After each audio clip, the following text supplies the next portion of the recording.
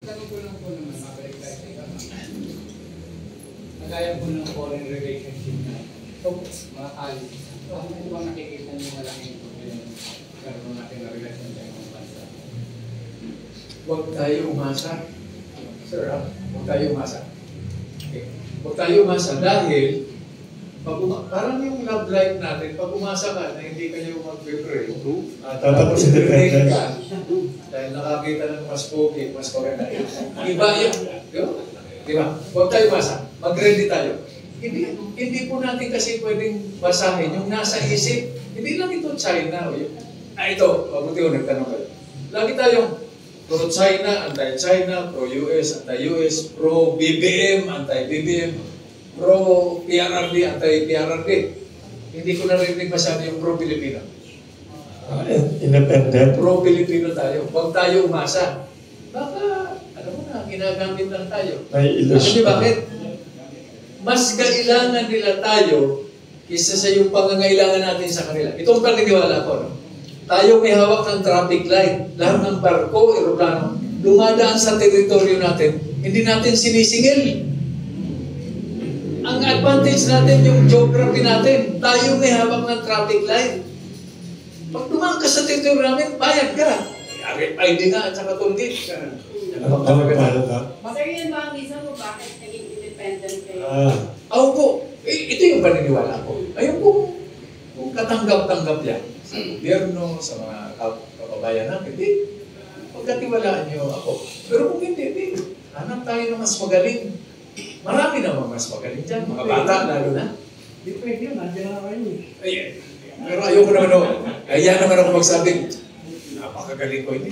Sa track record niyo sir, nandun na eh. Pero, ayoko naman i-prove. Hirap na hirap ako gawin yung dalawang bagay. I-advertise yung sarili ko. At humingi ng tulong kahit na naghihingalo na ako. At napatunayan ko na yan. Sa Sir, may pagkila. isa na lang po. Tapos Yes, sa sir. bigas naman. Oo. Nakikita niyo sir kung matagal na kayo sa may policy Opo. sa Senate noon, sa Opo. Agrario. Ano po ang plano ninyo? Kasi yung sinasabing food security, nadodoble ang farmer. Naku, importante ko yan. Bakit nabubulok yung palay sa bodega na hawak ng kailangan? Ano ba yan? Kulang ba yung itinanim at tinanim? Or hindi lang napaabot sa nabubulok? Is it a supply problem or a distribution problem? So wala tayong land use. Wala. Ngayon, ito po, tatanong ko. Walang correct o maling answer dito. Yung magsasaka, pag may extra na pera, ano unang binibili?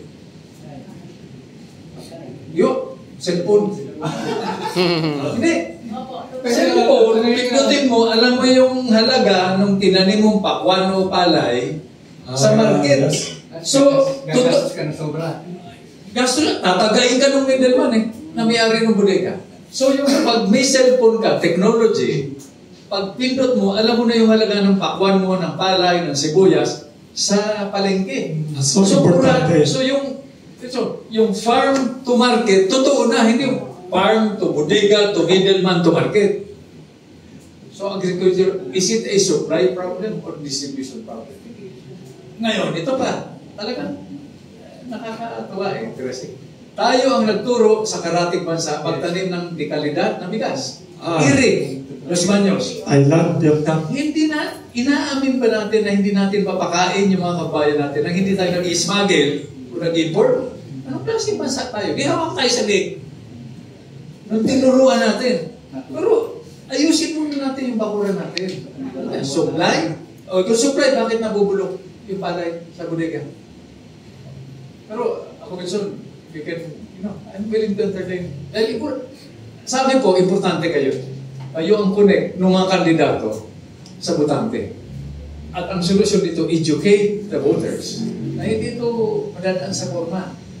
Hindi ko pinipintasan niya yung mga kandidato. Bakit may 20 bigas at meron 36, meron 39 ngayon? O bakit? Hindi ko po alam. Hindi, yun na. Ngayon, ang balita. 20 sa Visayas. One day lang yun. One day lang yata ito. Sa komentaryo si Vice President, yung bigas na binibentang 20 pesos per kilo, hindi nga pwedeng pakain sa aso. Sir, hindi nga namin makuha yung konsepto ng bakit ka mag-i-import ng bigas na may nabubulok na palay. Yun nga ho. Yun. Ibig sabihin, Ano po bang nakikita niyo dito? Diba? balik tayo doon sa sinabi ni Bro. May committed. Hindi natin pinipintasan ang gobyerno. Kahit na yung ibang mas mayaman na bansa, may ganong problema. Pero kailangan po siguro maayos na pagpaplano. Yung mga binanggit ko kanina, informasyon. At saka seryosong public service. At nagsisimula yan sa mga batas.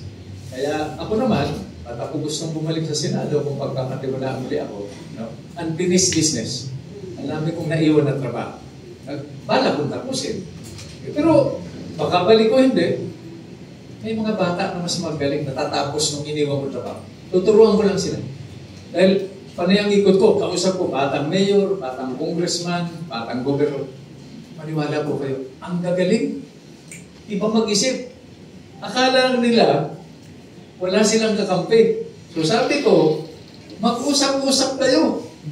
Dahil yung mga tatay at nanay ninyo, yung henerasyon namin, ang dami naming sablay. Mag-usap-usap kayo, huwag niyong ulitin yung pagkakamali namin para makausad na tayo. So ang pag-asa ko talaga rito yun. So, kasi kamukha ng reklamo ng CPI, Opo. kalimitan na nagiging problema ng isang negosyante, kahit na yung simple farmers na lang po, is yung local government unit itself, yung policies nila. Nanganganak yung mata. Amend the local government code. Bakit? We devolve authority and responsibility. Ang dami ninyong trabaho. Alam niyo, nakalimutan natin i-devolve yung pera. Sir, may tanong din dito na noong 1980s,